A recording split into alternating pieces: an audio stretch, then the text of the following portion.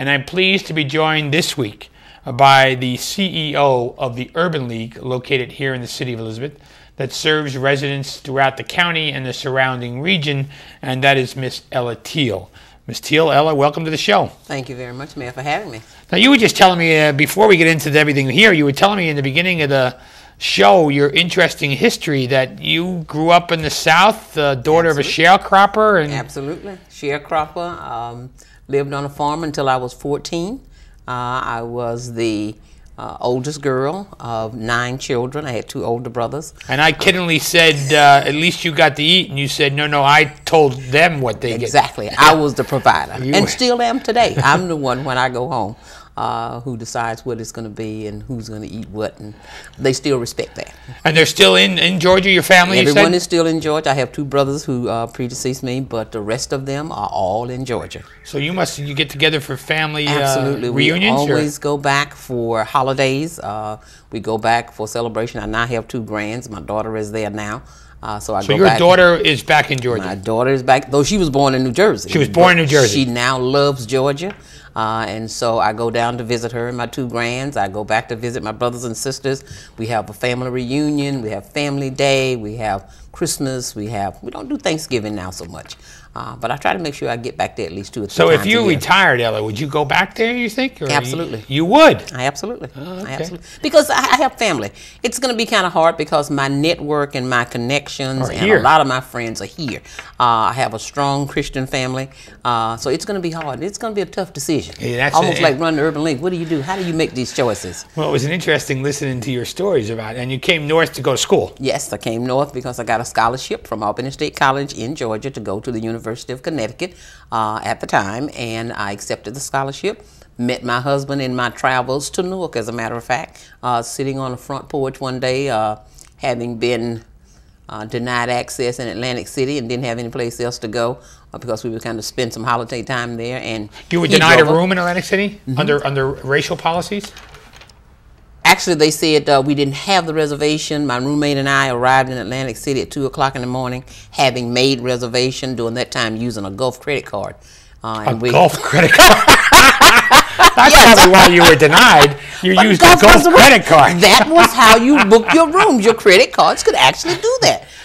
But they said you have no reservation. And so we just had to kind of ride around Atlantic City, and the next day said, we're college students. We don't have any money. We can't do this. So we're going to go back to Newark. And we did. And we went back to stay with the aunt, and my husband rode up. And he said he decided on the point that he was going to marry me. And I was like, right. On the ride up, he decided that? When he met me, the day that he met me, he said, I'm going to marry your bride. That's a great story, though, Ella. And to be sure, he did. 2 years later, and I celebrated 40 years of marriage last week. Congratulations on your longevity and your married life. Yeah, 40 years. Yes, 40 years. Wow, and it probably went by in a blink of an eye. Yes, it did. It really. And when I look back at it, that's what's so funny. It's like, wow, 40 years. I told my pastor last week, I said, this is a red letter day for me. Now, is he a Jersey kid, or is he's a Southern guy too? He actually grew up in Jersey. He was born in the South, but only stayed there for about 6 months. Okay. But his life has been New Jersey. So for him, the thought of moving out of this area, that's the trauma. Well, I got to be at your house on those decisions. I want to see those fireworks go when those choices are. But you'll be here for a while. So, absolutely. So you mentioned the Urban League and making decisions of the Urban League in Union County. Tell us, Ella, first of all, a lot of people may not even know what the Urban League is. Tell us what the Urban League is and what they do. The Urban League is a not-for-profit organization. We are one of 100 urban leagues of the National Urban League. The Urban League was founded in 1910. Our purpose is to promote social and economic parity for African Americans. Now, the Urban League actually started because individuals were moving from the South, coming to the North, having been told that there was tremendous opportunity in the area. When they arrived, that was not always the case. They could not get the jobs. They could not get the housing. They were living in terrible conditions. So there was a group, a couple of groups operating in New York City. They got together and eventually merged into what became the National Urban League. They then affiliated groups within local communities to actually address local issues, because you can't really do it from a national office. You really have to localize it so that you're addressing the specific needs of a local community. Was it always called the Urban League, Ella, or was it called? It was called something else, if I remember correctly, right? It was called the National Committee on the Condition of the Negroes. And actually, there was a women's group in there as well, out of New York, and the name kind of eventually shortened out to become the National Urban League. They were founded in 1910. We started in Union County in 1944. Okay, and then in 1910 was about the same time that the NAACP was founded. Correct. About 3 years later, I think, if I remember my history. Exactly. The Urban League has been in existence here in Union County since 1944. Yes. And has it always been in Elizabeth? It has been in Elizabeth primarily. We actually did have an office in Summit, and we've also had an office in the Plainfield area. But our base has always been in the city of Elizabeth. That is where we have germinated, and that's where we have worked. We've had the opportunity in a lot of cases for people to say, you need to move out of Elizabeth, and we always say, no, we really need to be based in the city. We can have satellite offices in other towns, but we really want to stay. Now, is there only one office today, or are there satellite offices anywhere else? Or? We actually have only the office in Elizabeth, but we offer services at different sites. Like we do things at the One Stop in Plainfield. We do things at One Stop in Elizabeth. And all of our services are available to anyone within the county of Union. So we do home visits if we have to. So we kind of get out there. You do home visits? Mm-hmm. They got to be hard sometimes, I would imagine, right? Well, the thing that you have to do now, when we're doing home visits, we usually have to send our counselors out in twos. We try to make sure that depending on what we're doing, that both for the safety and the security of everyone, that we have more than one person available to do that. But where there's a need, if a person is homebound, they can't get out for whatever reason, then we try to make sure that we make our services available, because that's important to us. Now, these aren't in the notes, but I have to ask you and talk about it anyway, because one of the things that is always good is when the national president comes to your events. Mm-hmm. And I knew the national president when he was the mayor of New Orleans. Mm-hmm. And his father was the mayor of New Orleans back in the, I'm going to guess back in the 80s is when his father was the president. Mm-hmm. Yeah. Mark Morial. Right. What's it like working with a guy who was a former mayor and now is the national president? Because you seem to have a pretty close relationship. He actually can't get all the urban leagues, but he's been to a handful of events for your urban league. One just a couple of months back. Which is the great thing about Mark. He is truly a very energized individual. He makes it a personal point to try to make sure that his presence is known in our local communities, and that's good. We recognize that he has a horrific schedule.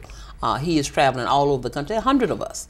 And if he had to go to each one of our events, whether it's an annual dinner, an equal opportunity day dinner, a building opening, if there's a problem, he is out there. And that's one of the things that I really do like about him. I have worked with 4 Urban League national presidents, dating back to Vernon Jordan, to John Jacob, to Hugh Price, and now with Mark. And each one of them brings something different. Mark is really a people person. He really, really is, and he makes a concerted effort to make sure that we talk more of the national movement and the movement, because that's really what's important, is the movement. And so that's one of the differences of working. He's a Jersey guy now, he is a Jersey guy. He doesn't live in our county, but he's a Jersey guy. He's not far. He's in Essex County. Yes, he is. Yeah. So this works well for us, and he has always had a good, strong relationship with the New Jersey affiliates, and so we appreciate that. I didn't know Vernon Jordan was a national president. Vernon Jordan was national president for almost 11 years. Was that before he became the confidant of Bill Clinton? So it was before that? Okay. It was before that. Actually, it was during my first tenure as an Urban League director. He was there. He was named right after Whitney. Right after Whitney died. In 1971, Vernon came on. Whitney died up in March. Vernon came on in July. Whitney was a long-time president. Yeah, he was. He was there almost 10... His might have been more than that, yeah, he was there for a long time. Ella, under your leadership at the Urban League, you've expanded activities and programs, and you just started to tell me how long, can I ask, how long you've been associated with this organization? Absolutely. Actually, I'm very proud of my Urban League. You told me you're married 40 years, so I figured Actually, I've been in the Urban League longer than I have been married, to tell you the truth. The Urban League is the kind of organization, when I got out of graduate school, My expectation was to work for 2 years. 2 years, having a social work degree. I'm going to do my 2 years, get my certification, and I'm going to conquer the world. I'm a community organizer by training and profession, so that's what I wanted to do. I wanted to be on the corner. I wanted to organize people. Didn't want to be in an office. Well, the last community organizer we heard about is now president. So, right. You know, Isn't that interesting? called himself that anyway, so it's an interesting title. So I expected that I would only do this for 2 years, and I landed at the Urban League. Landed meaning sent out resumes looking for jobs. I went to New York. At that time, we had regional offices. They sent me to the Urban Leagues in New Jersey. How did you even hear about the Urban League? It's not. It's part of your research. It is part of your research? It's your research when you start talking about the kind of organizations community organizers work for. So it was the Urban League. It was the United Way. Well, at that time, they were called Red Feather. You know, I'm dating myself now because people probably don't even know Red Feather organization. They probably say, what is that? But that was what they were called, neighborhood houses. They were around. So I sent the traditional letter out to the Urban League, and the Urban League responded. Called me in. I was sent to Urban Leagues in New Jersey, and I actually interviewed with 3 Urban Leagues in Bergen, in Morris, and I think I did Essex as well. And Morris, for whatever reason, was the most palatable to me. And so I started working for the Morris County Urban League.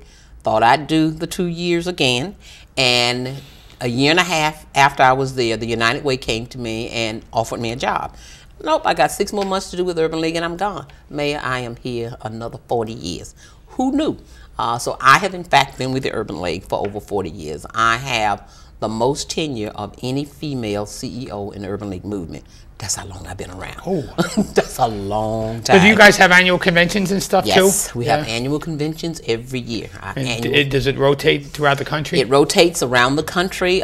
We usually go to D.C. every 4 years or so. Traditionally, we go to New York, except it's got to be kind of expensive. And this year, we're going to be going to New Orleans, the mayor's hometown. That's right. So this will be the first time homecoming for him. Yes, the first time we've been there since he has been with the Urban League. So that should be interesting. So there's a lot of energy behind this. So that should be Ella, we're going to take a break, run some commercials, and I want to come back and talk about some of those programs that you started. All right. Please stay with us after these messages. We're back with more with Ella Teal, the Executive CEO of the Urban League here of Union County. Welcome back to our city, where I'm pleased to be joined by Miss Ella Teal, who is the CEO of the Urban League here of Union County. And Ella, we talked before the show, in the first half, about the new programs. One of the things you started was a new auxiliary group and the education and youth development program. So why don't we take the new auxiliary group first? What's that all about? The new auxiliary group is called the Urban League of Union County Young Professionals. As I was saying earlier, the Urban League started in 1910. The thing about the Urban League, one of the sayings we have is that once an Urban League, always an Urban League. If you're committed to this organization, you tend to stay a long time. Oh, that's Donna Alexander. Exactly. Oh, man. Once an Urban League, always an Urban League. It gets in your blood, man. I mean, it's really the kind of thing because of the good that they do. Doesn't say that it's always, you know, everything that can be done, but it really does have at its base the improvement of local communities and helping people. So that makes a big difference, and you want to be a part of that.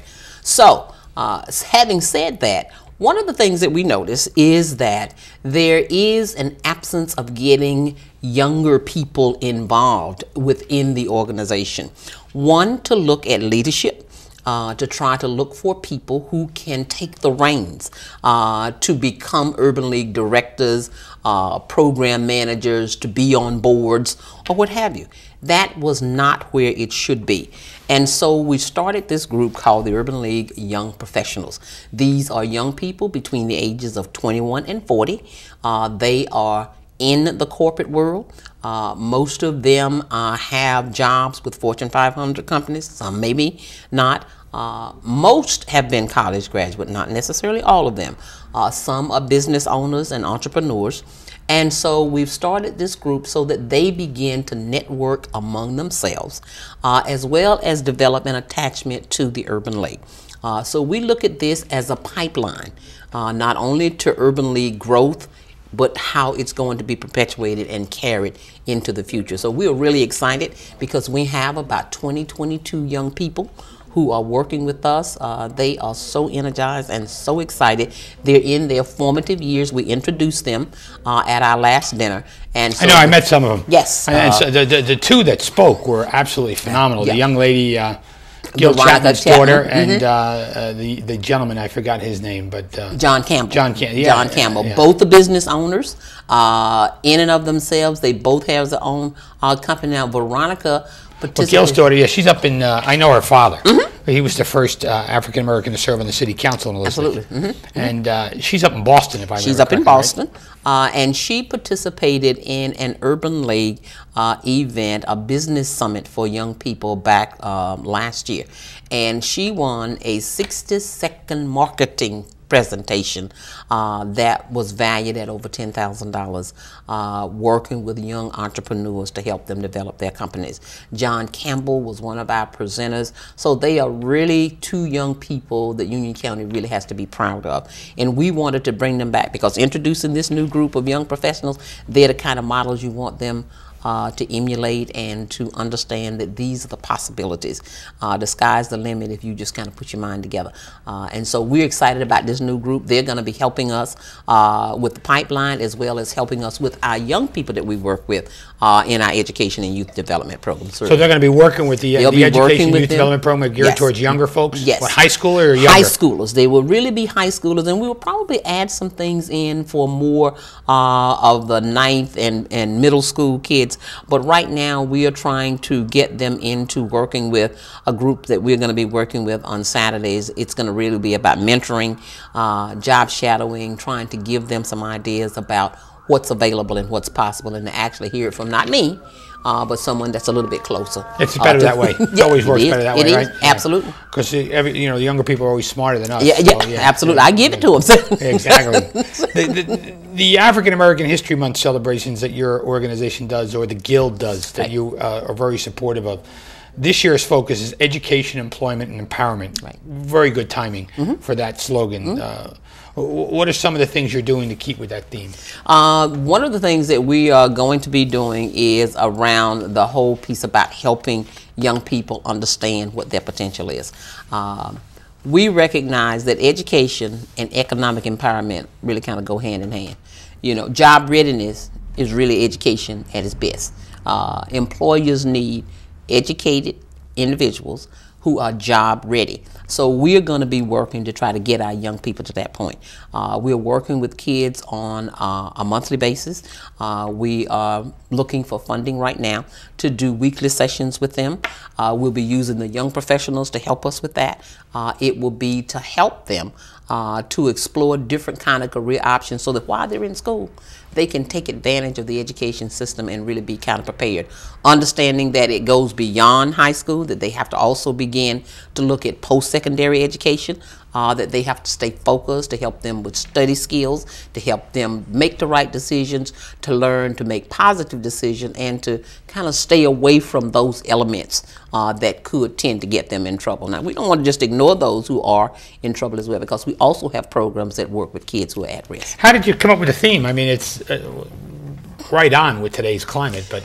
It's really a national piece. The national office. So the national office tells you what the theme is? They don't actually tell us, Mayor, what they do with a mark and with national presidents. They try to get the lay of the land. They try to help understand, doing the research piece, that this is where the focus needs to be. And then they help to put together the framework in which we decide that we're going to work. They don't dictate to us because they are not actually responsible for our sustaining. We are responsible for that. So urban leagues operate based on local issues as well as the resources you're able to generate for them. Sometimes they'll say, you know, Mark Morreale is your boss. He is my boss in a sense, but I am responsible in this local community to my local board to generate the resources we need in order to deal with the subjects and the issues that we have at hand. Now, you mentioned 100 urban leagues nationwide.